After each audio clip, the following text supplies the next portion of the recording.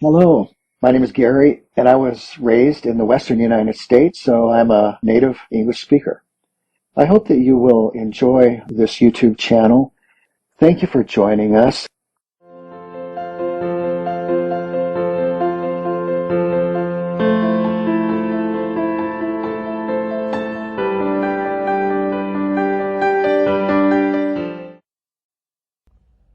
Farmer Boy by Laura Elizabeth Ingalls Wilder, 1867 to 1957, Chapter 7, Saturday Night. That night was Saturday night. All day long, Mother had been baking, and when Almanzo went into the kitchen for the milk pails, she was still frying donuts. The place was full of their hot, brown smell and the weedy smell of new bread, the spicy smell of cakes, and the syrupy smell of pies. Almanzo took the biggest donut from the pan and bit off its crisp end. Mother was rolling out the golden dough, slashing it into long strips, rolling and doubling and twisting the strips. Her fingers flew. You could hardly see them. The strips seemed to twist themselves under her hands and to leap into the big copper kettle of swirling hot fat. Plump, they went to the bottom, sending up bubbles.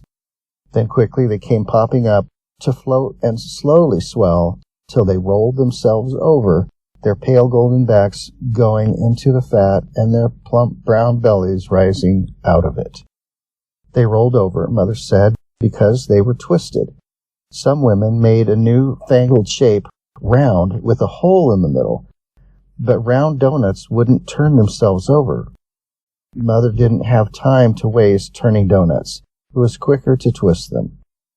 Almanzo liked baking day, but he didn't like Saturday night.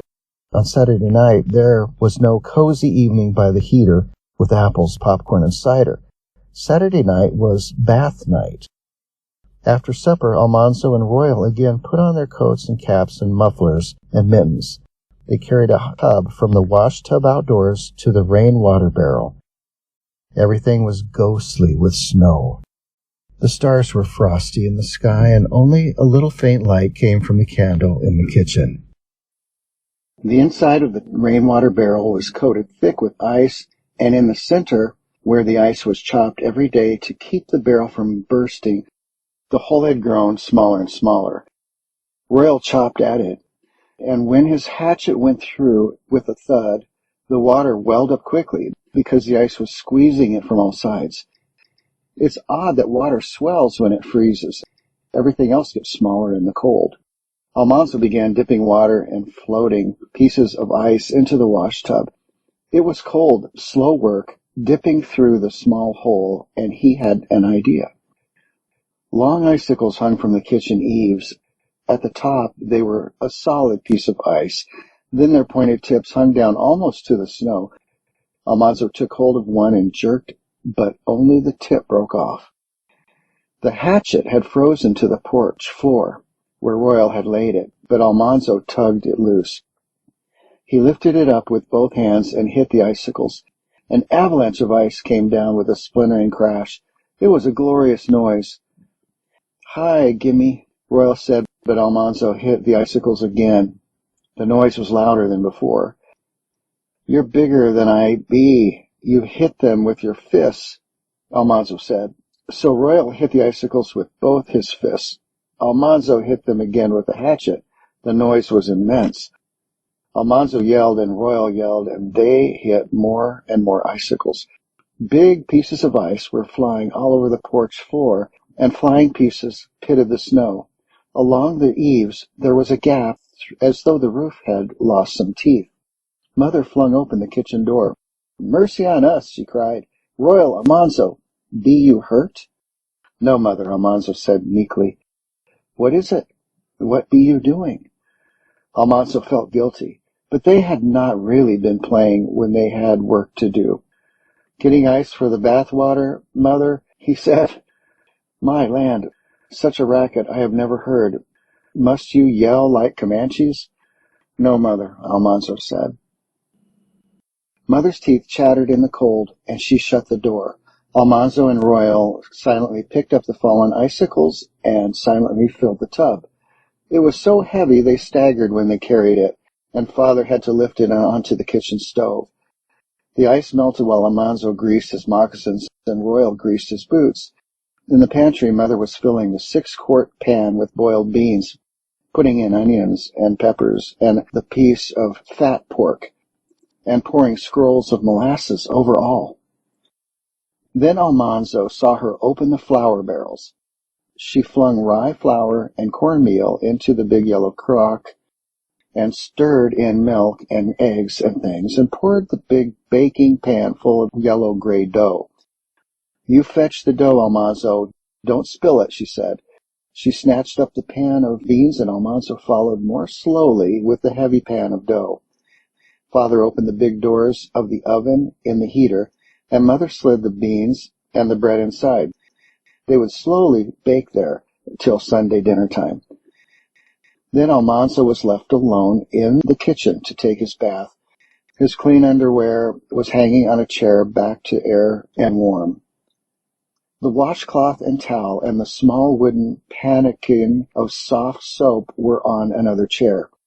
He brought another wash tub from the woodshed and put it on the floor in front of the open oven door.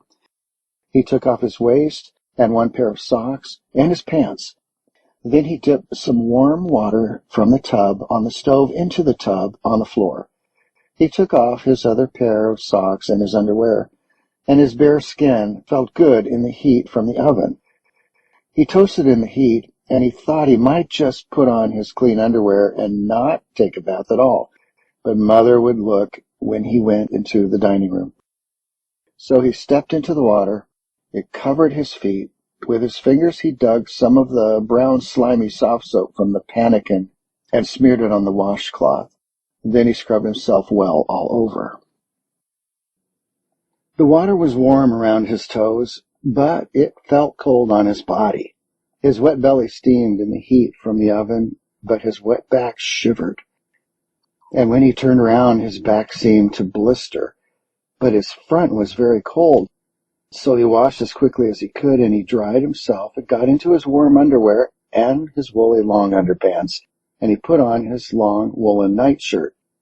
Then he remembered his ears. He took the washcloth again, and he scrubbed his ears and the back of his neck.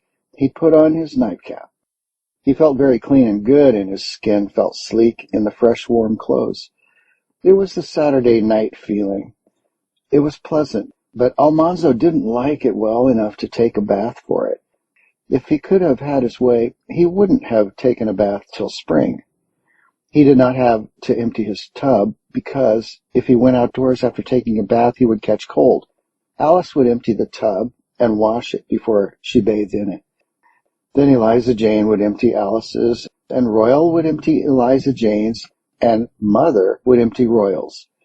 Late at night, Father would empty Mother's and take his bath, and the next morning he would empty the tub for the last time. Almanzo went into the dining room in his clean, creamy white underwear and socks and nightshirt and cap. Mother looked at him, and he went to her to be inspected. She laid down her knitting, and she looked at his ears and the back of his neck, and she looked at his soapy clean face, and she gave him a hug and a squeeze. "There, run along with you to bed." He lighted a candle, and he padded quickly up the cold stairs and blew out the candle and jumped into the soft, cold feather bed. He began to say his prayers, but went to sleep before he finished them.